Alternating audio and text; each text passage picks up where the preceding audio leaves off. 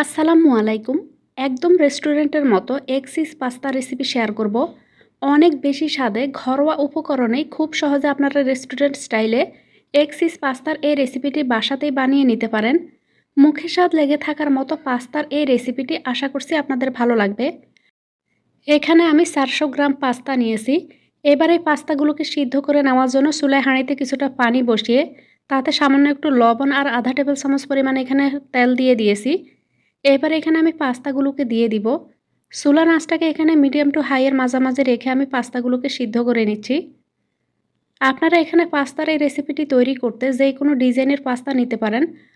এখানে পাস্তাগুলোকে আমি সিদ্ধ করে নিয়েছি। এবার এই পাস্তাগুলোকে আমি এখানে পানিটাকে ঝরিয়ে চুলা থেকে নামিয়ে নিব। পাস্তাগুলোকে সিদ্ধ করে নেওয়ার পর আপনারা সঙ্গে সঙ্গে এখানে পানিটাকে ঝরিয়ে রেখে দিবেন। যেহেতু এখানে পাস্তাগুলোকে সিদ্ধ করার সময় সামান্য একটু তেল দেওয়া হয়েছে, তাই এখানে পাস্তাগুলো ঠান্ডা হয়ে গেলেও একটির সঙ্গে একটি লেগে যাবে না।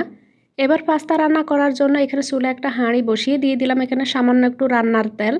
তার সঙ্গে দিয়ে দিয়েছি এখানে রসুন কুচি, পেঁয়াজ কুচি। এবার পেঁয়াজ আর রসুনটাকে কিছুক্ষণ ভেজে নিব।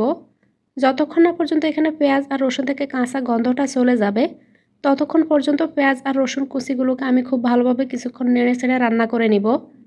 চুলার আঁচটাকে এই পর্যায়ে আমি মিডিয়ামে রেখেছি।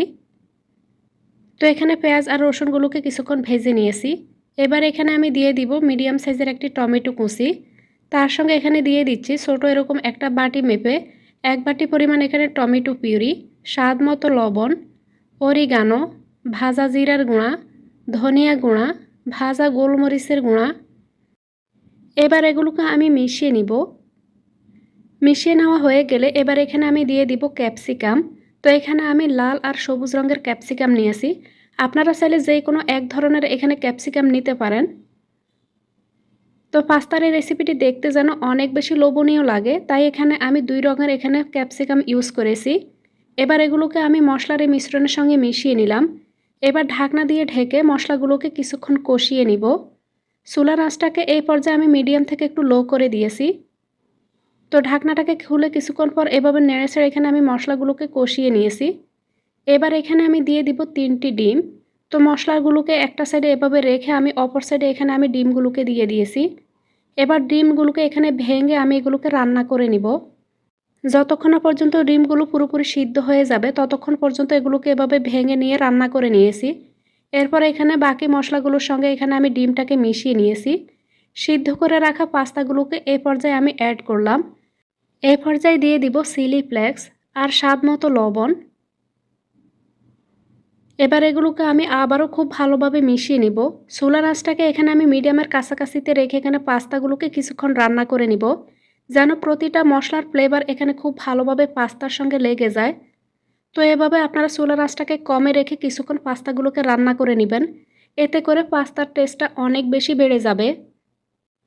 এবার ঢাকনাটাকে খুলে এখানে আমি দিয়ে দিব মোজারেলা চিজ। তো এখানে প্রায় আধা কাপের মতো এখানে মোজারেলা চিজ নিয়েছি। চিজটাকে দিয়ে আবারও এগুলোকে আমি মিশিয়ে নিব। চিজটা আপনারা অবশ্যই পাস্তা রান্নার শেষের দিকে দিয়ে দিবেন। পাস্তাটা যখন প্রায় রান্না করে নেওয়া হয়ে যাবে তখন এখানে চিজটাকে অ্যাড করে নেবেন। চিজটা দেওয়ার কারণে এখানে পাস্তার টেস্টটা অনেক বেশি বেড়ে যাবে। আবারও ঢাকনা দিয়ে ঢেকে পাস্তাগুলোকে আমি আরও কিছুক্ষণ রান্না করে নিচ্ছি। পাস্তার মধ্যে এখানে চিজটা অ্যাড করার পর প্রায় 3 থেকে 4 মিনিটের মতো আমি এখানে পাস্তাগুলোকে রান্না করে নিয়েছি। রেস্টুরেন্ট স্টাইলে এইভাবে আপনারা পাস্তার এই রেসিপিটি খুব সহজে বাসাতেই তৈরি করতে পারেন। সকাল বিকেলের নাস্তায় বা বাচ্চাদের টিফিনের জন্য অথবা ডিনারে বা লাঞ্চে আপনারা খুব সহজে পাস্তার এই মজার রেসিপিটি বাসায় ট্রাই করে দেখতে পারেন। খুব সহজে চেষ্টা করেছি রেস্টুরেন্ট স্টাইলে এখানে পাস্তার রেসিপিটি শেয়ার করতে। সময় নিয়ে এতক্ষণ এই রেসিপিটি দেখার জন্য সবাইকে ধন্যবাদ।